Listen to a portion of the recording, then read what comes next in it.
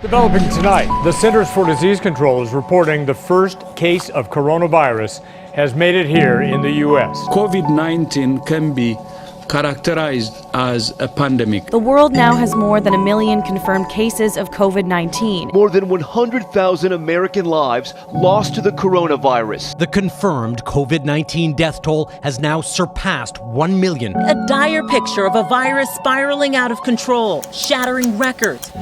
This virus was especially insidious. We have 100,000 people in our ASU community.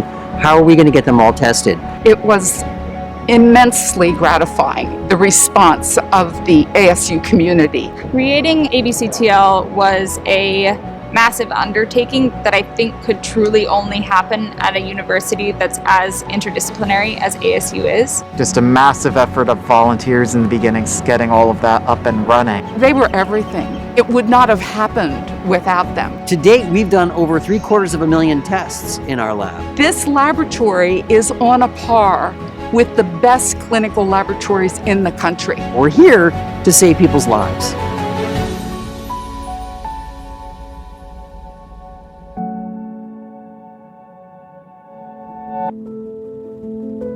The whole point when you're in the middle of an epidemic is understanding who has the infection and who might give it to somebody else. And the best way to get at that is to have some way of testing people, making sure that you can identify who is sick and who isn't. A critical element to stopping the virus is broad-scale testing. Testing is not well understood by the entire population. It is the essence of controlling the pandemic. If you can't identify infected people and you can't remove them from the transmission flow, then there is no hope of containing the virus. And this virus was especially insidious because there were many, many individuals, maybe 40% of the population, that were infected that had no symptoms whatsoever. So they thought they were well and they were just walking around infecting other people. So the only way to identify them was through testing. With rising cases and the urgent need for testing, the ABCTL was born in the spring of 2020. It was apparent from what happened in China and from what was even beginning to happen a little bit in Seattle and so on, that the need for testing was big. And we would need something like that at ASU. And so I had conversations with President Crow, for example, who was asking me, what are we going to do? We have 100,000 people in our ASU community. How are we going to get them all tested? And so I started having conversations with Vel Murrigan, who is one of the professors in my center. And it became clear that we had a lot of the technology that we would need to do that kind of testing here. We had a call out for individuals around the campus who had any kind of expertise that was applicable to this kind of testing, which is by definition complex. It's a molecular test, and it required all kinds of support from people who would run the systems that made it possible to collect the specimens, to transport the specimens, to test the specimens, and to return the results to patients. It was immensely gratifying, the response of the ASU community to come and meet this challenge. We had to make testing available widely to the entire community.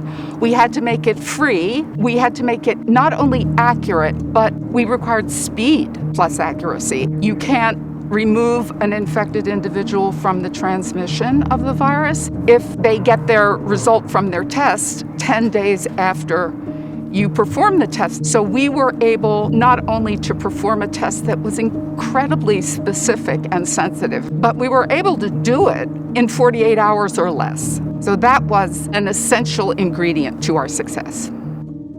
PCR testing, and especially for SARS-CoV-2, what we do is we actually extract all of the nucleic acids contained within the sample, and then we use some pretty clever chemistry to actually design probes that are attracted to the SARS-CoV-2 RNA. Once those probes bind to the nucleic acids in your sample, they actually amplify, and then that fluorescent signal that they produce amplifies as well. And so that's how we're actually able to detect the presence of SARS-CoV-2 in a sample. With such an ambitious goal, there were bound to be challenges in pursuit of becoming a federally legal testing laboratory, with funding being one of the main concerns. Funding for this effort was clearly a challenge. We were ready to perform the testing, but it costs a lot of money. And we received big grants from private foundations, from the state of Arizona, and we also received contract monies from essential organizations like the power companies, for whom testing was essential in order to maintain a safe work environment so that they could provide us with essential services.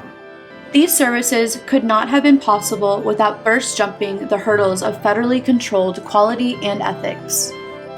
CLIA regulations assure that every clinical laboratory is operating according to the highest scientific standards. It assures patients that their tests are being performed in a controlled environment with very high standards being addressed on every single level. The tests that you're doing, the reagents that you're using, the environment, the training of the individuals who are doing the test, all of this is regulated under CLIA.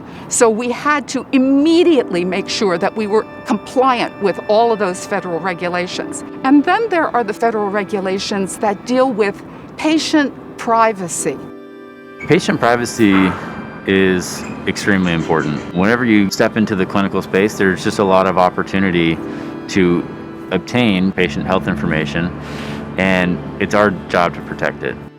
We did a lot of things to make sure that we could match the patient's identity back with their sample right when they first gave it, but also at the end. It's an effort to ensure that people can have confidence in us as we manage their data.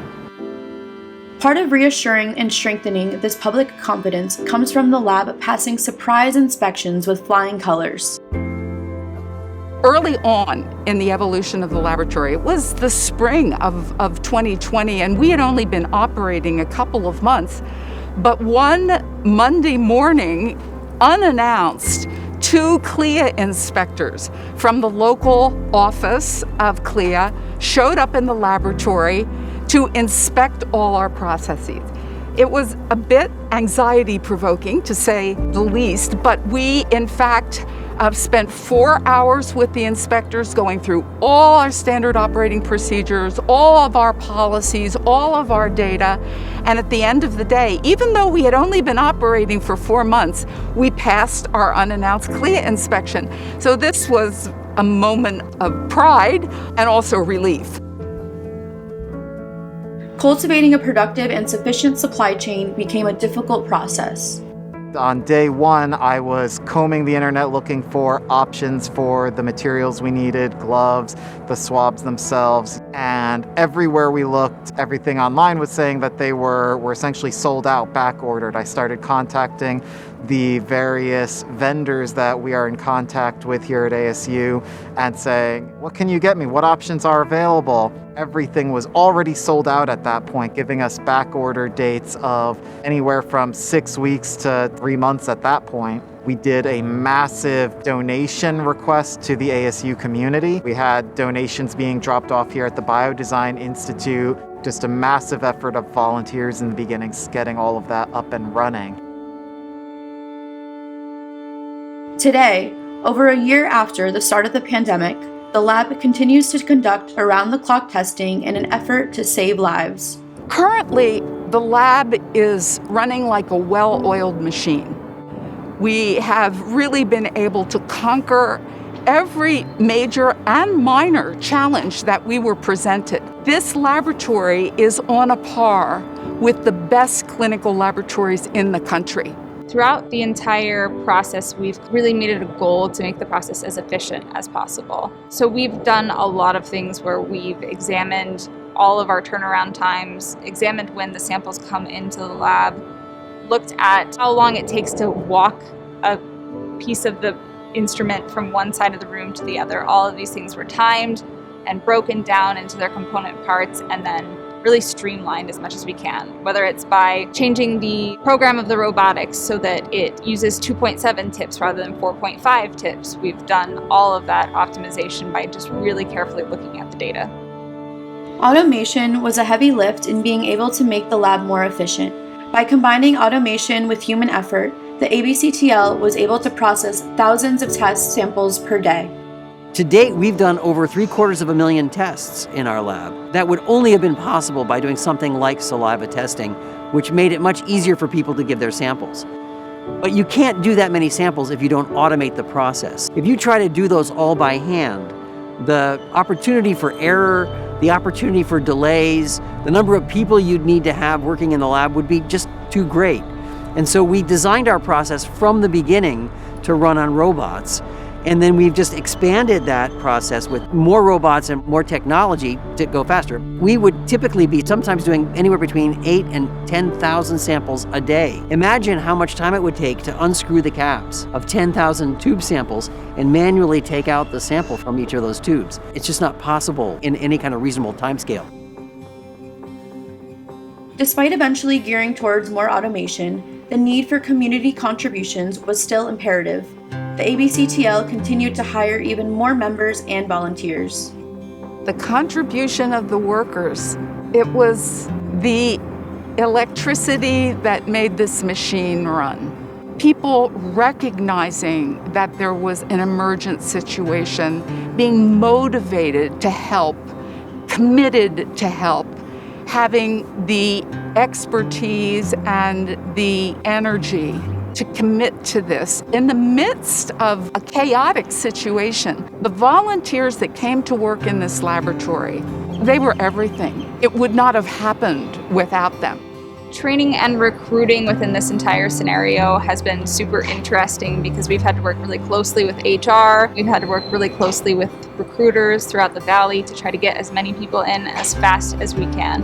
And once they're in the lab, we kind of use a see one, do one, teach one method where people will shadow an experienced technician for a while. And then after their shadowing period is over, they actually do something that we call operator proficiency, which means that they are observed doing a run, but the observer is totally hands-off. They have to do it all on their own. And then after that, they're actually cleared to operate the clinical test. Student volunteers were at the forefront of these contributions, many of whom studied at the Edson College of Nursing and Health Innovation.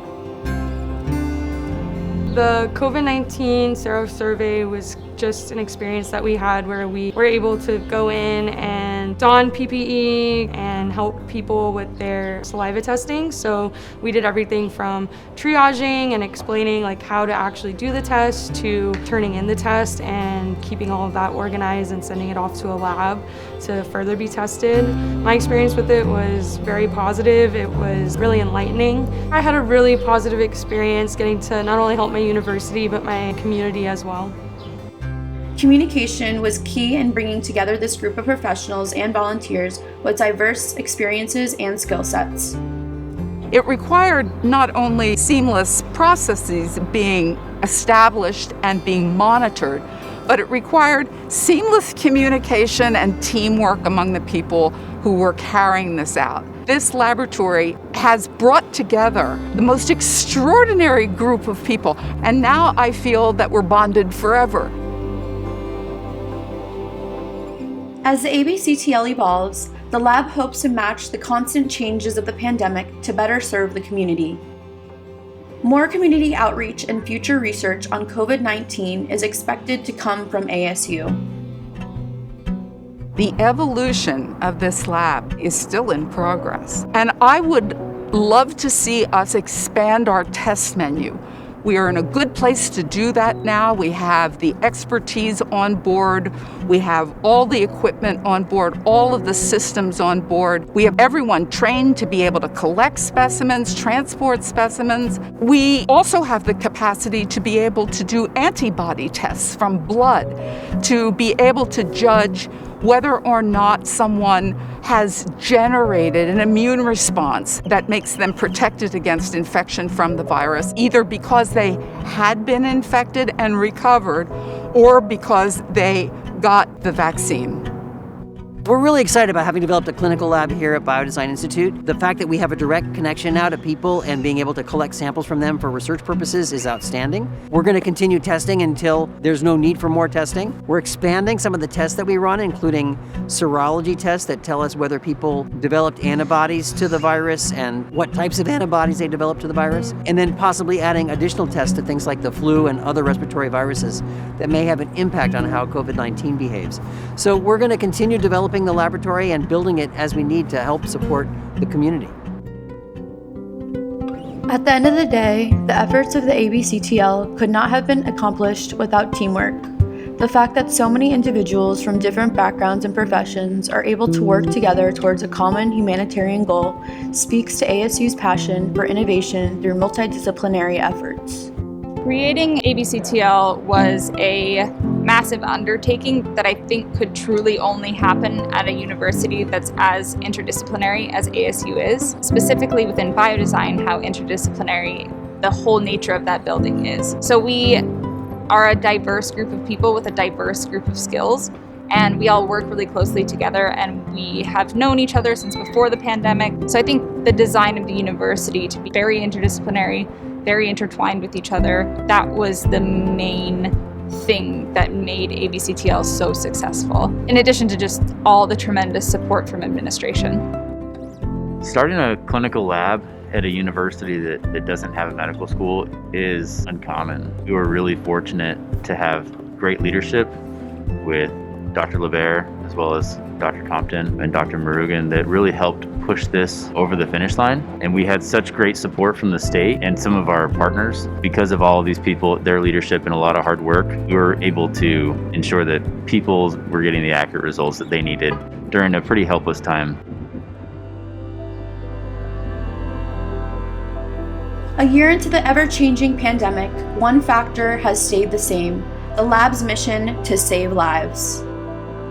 What they were doing was not just research for the sake of research, but they were doing science and technology for the sake of saving people's lives. To this day, we still say that at the end of every meeting to remind ourselves what we're here for. We're here to save people's lives. And that's what we feel we are all doing. We are saving lives.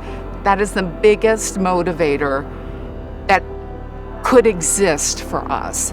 We are doing something that is good and something that is humanitarian and something that is necessary. We're the ABCTL. We save lives.